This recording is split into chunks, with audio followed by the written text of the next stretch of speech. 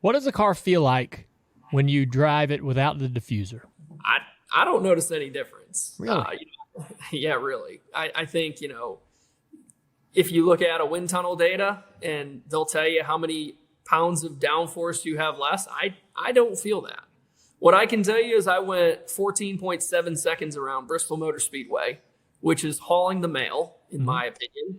And depending on the tire that we had, I can go 1470s to 15.0s for a 30-lap run, where there was also some other tires where I'd be only able to go a 1550 and drop off to a 1620. And, a lot of it is just combination. And I think actually you and I have had this conversation because initially when this car came out, a lot of drivers were saying that there's too much tire. It's too big of a tire. Well, I've driven wide tires all my life. And what I thought, in my opinion is the tires were very durable and we needed to soften them up and have them go through a transition. And, as this year progressed, I think everybody saw, Martinsville, I'll use that as an example. There was massive fall off and guys were struggling. So I think there's definitely a balance. We don't want to be blowing tires like crazy, which a lot of that is on cambers, air pressures, and things of that nature, trying to get the most performance out of the tire. So there's a delicate balance, but I think as we go down this path, it's be really good racing. Yeah, I kind of think you're right on that. I was surprised that me and you did have a conversation a while back, and you were telling me, man, the tire width isn't as big a deal as you think. I've run modifieds, and the modifieds have produced some really amazing racing, and I was really surprised that Goodyear has been able to make the gains they've made. They ought to be celebrated for going, being as aggressive as they can, because it doesn't really do them any good to create a tire that falls apart or falls off or wears out or cords. It doesn't do them any good in the marketplace as much, to make a tire that's not that great, right? You want to, they want to sell tires on the street that are going to last thousands of miles. So building a tire in racing that's not great and going to fall apart after 50 or 80 laps is not really in their best interest, but it's what we need. And I'm glad they've recognized that. And they've achieved more than I thought that was possible with this particular tire, the size of the tire and the contact patch. I got to ask you one more question about the diffuser.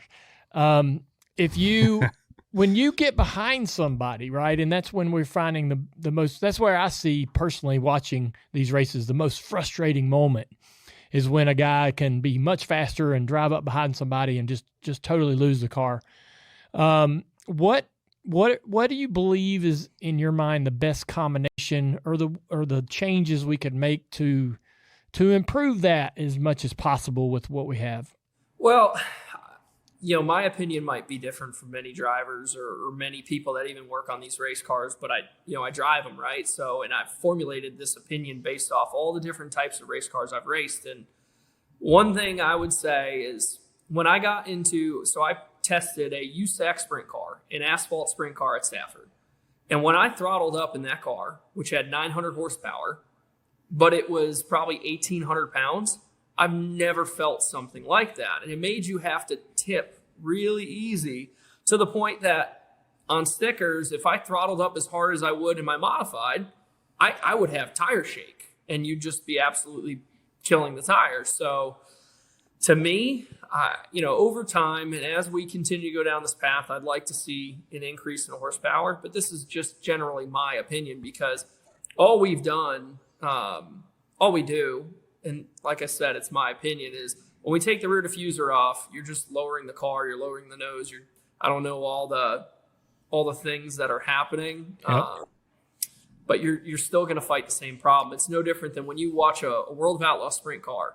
They are really cool to watch, but you see the leader, as soon as he catches the back of the pack, if the guy in front of him is running his lane, he's in trouble. And the only way he can get around them is by, searching around, finding cleaner air or moisture.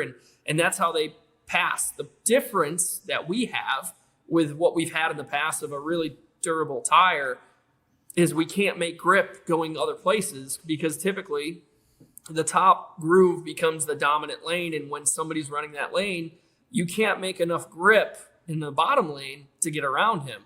So as we've gone down this path of softening the tire, it allows you to have options when you catch, somebody in the pack. But that's just my opinion. So I'd like to keep, there will be a point of where we can't probably go any softer because we'll, to your point, we're going to damage the tires. We're going to blow them apart and that's going to be on us, but we're trying to get the performance that we can. So what's another avenue that we can keep beating down? And that's the horsepower side. But like I said, I don't know all the details. I'm just a race car driver, and I want to drive a race car that's gonna make me say, "Wow, that's a lot of horsepower." Well, I think your opinion is critical, super valuable. Appreciate you being willing to share that opinion. And I feel like that the more I don't have all the answers either, but I love the conversation. And I think the more we have conversations, hell, I learn, about some of maybe the opinions that I have aren't entirely true or 100%.